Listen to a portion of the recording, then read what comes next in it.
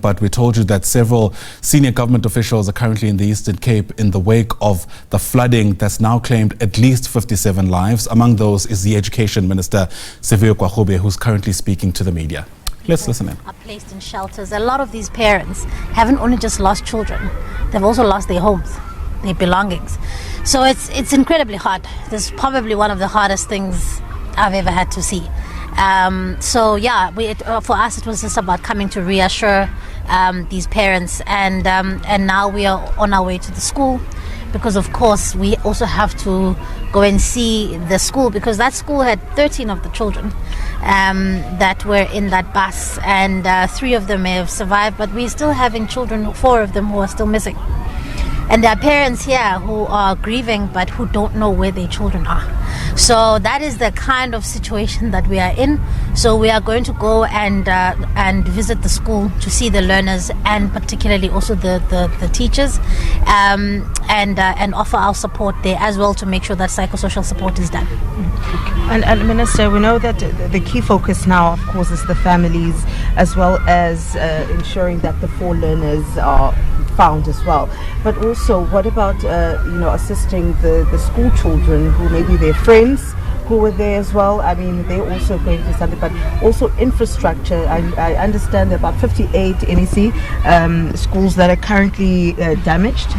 Just an update on that as well. The MEC will deal with infrastructure. Absolutely. I mean, the psychosocial support, the extent of which that we need is tremendous. As I'm saying, these families need the support.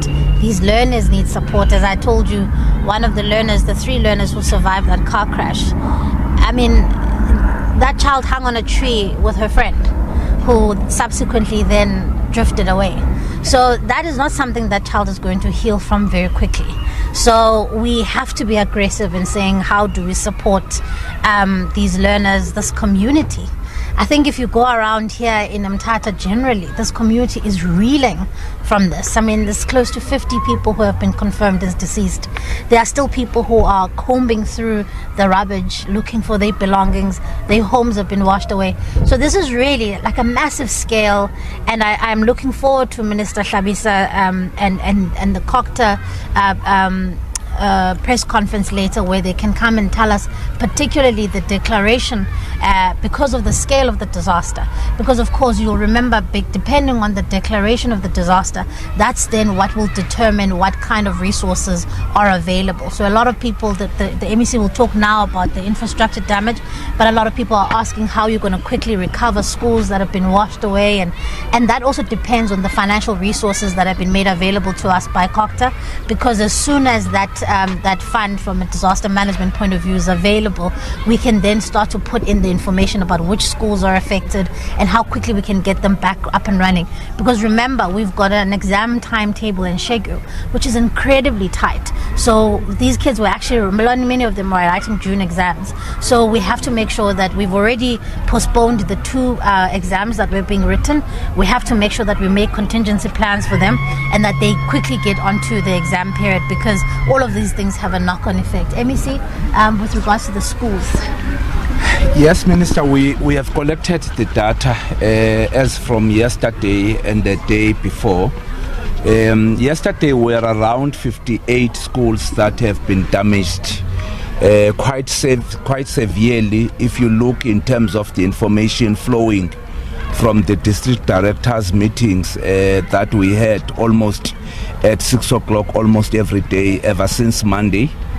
But the key areas for me which are a worrying factor, Minister, is OR Tambo Coastal with a number of schools, Amatole East, Alfrenzo West, and also Krisani East.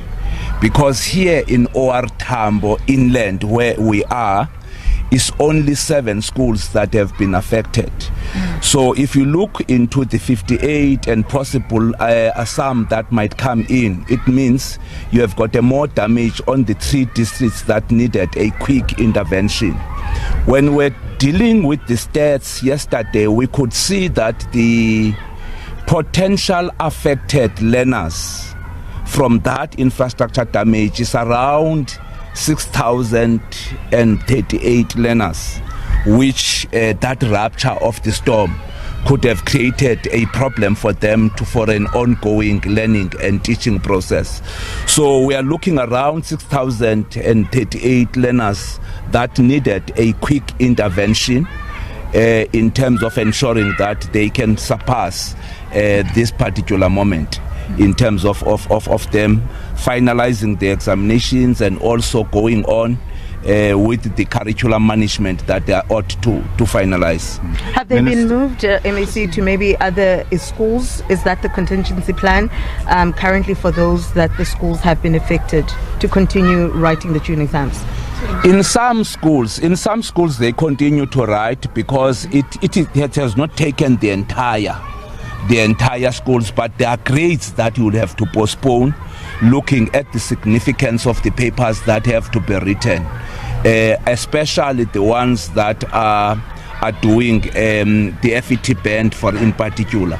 So we are looking at that, but today afternoon we will be finalizing the data in terms of the plans from the infrastructure point of view. As the minister have already indicated that you needed a well-planned execution of the disaster management, because once you don't do that, the Ministry for Corporate Governance and Traditional Affairs, in terms of the authority over the process, must make a declaration within a very short space of time.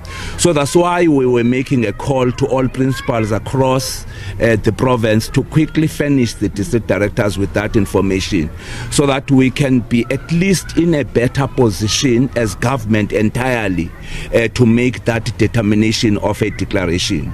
And that declaration does not talks to the households, it talks to households, it talks to education, it also talks to health, because there are also health institutions that have been affected in the province. So that's why it's important that we approach it holistically. Minister, if I may ask you, and perhaps MSC you could also jump in, but details have emerged around this whole issue of a scholar transport operator trying to drive under very dangerous conditions. We know that scholar transport is administered by the Department of Transport in the province, but there have been several issues around scholar transport and the behavior of those who are transporting kids. Should it be high time that these issues are addressed, and possibly for scholar transport to move under the Department of Education? Yeah, look, first, the reality is that we can't discount human error. This is one of those things. The thing about with scholar transport is we may always update the policy. We've got a policy in place that guides provinces and how we would want scholar transport to be administered. However, at the same time, because car crashes by virtue or because of human error, you can't discount those, or at least future-proof incidents. Of course, we are made aware that the driver completely underestimated the depth of the water and perhaps the power of the current, and as such, immediately when they drove onto the bridge, the car was swept away. And this is now obviously the deeply unfortunate and tragic incident that we are looking into. With regards to scholar transport in general, this is one of the biggest budget line items in our education budget, and for a reason. You look at a community like this one, where these children have to be transported from varying villages to be able to get to a school, because ultimately you can't have a school in every village, and that's why the province has to go through a process of consolidating, because you want excellence, centers of excellence, so that children can get good quality education. Whether with regards to how well it will be administered, if it is done away from the Department of Education, I think each province has determined what works best for them. But for us, I think the biggest priority is, one, that scholar transport providers are paid on time, so that they can continue providing the service. And then, of course, working very closely with transport, even at a national level. We already have ongoing conversations with Minister Barbara Creasy and the Deputy Minister Mhlekude about how do we inculcate the culture of road safety, not only amongst the operators themselves, but also amongst amongst children, like amongst the learners, on what are some of the emergency protocols that one should use. How do you exit? Use an emergency exit in a car. So all of these things are important, and I think we have to have a holistic look at how we deal with the issue of scholar transport. As I say, of course, we can never discount human error as you are using the roads, but we on our side, I think as government, can make sure that the policy is solid, that we protect the funds that pay for scholar transport, and that we work across all departments to make sure that we do everything in our power to make sure that the service is safe. Thank you very much, colleagues. Thank you very much. I need these boots. All right, so there you have it. The Basic Education Minister in Siviwe Gwarube there speaking in Mthatha in the Eastern Cape among a whole range of issues, including, of course, the damage caused by these floods on schools in particular. It seems the major concern now is about providing some kind of psychosocial support for the survivors of this flooding, including children, by the way, who are clinging onto trees as the strong currents were gushing beneath them. One of them, we know, couldn't hold on any longer and is now presumed dead. The Basic Education Minister also speaking about plans now to help those who've been affected during this exam time to catch up on those sessions, especially in a context where we know there are still so many other issues surrounding infrastructure in places like the Eastern Cape. She's also, Siviwe Gwarube, made reference to a briefing that's anticipated later on today involving the Cooperative Governance Minister, who's also in the province. We are expecting some kind of classification of certain areas in the Eastern Cape as disaster zones, and we'll certainly keep a close eye on that briefing as soon as it begins. But as you can see on your screen there, we've also heard that President Cyril Ramaphosa is in fact heading to the Eastern Cape tomorrow. He made that particular announcement while delivering the keynote address at the 2025 African Hydrogen Summit.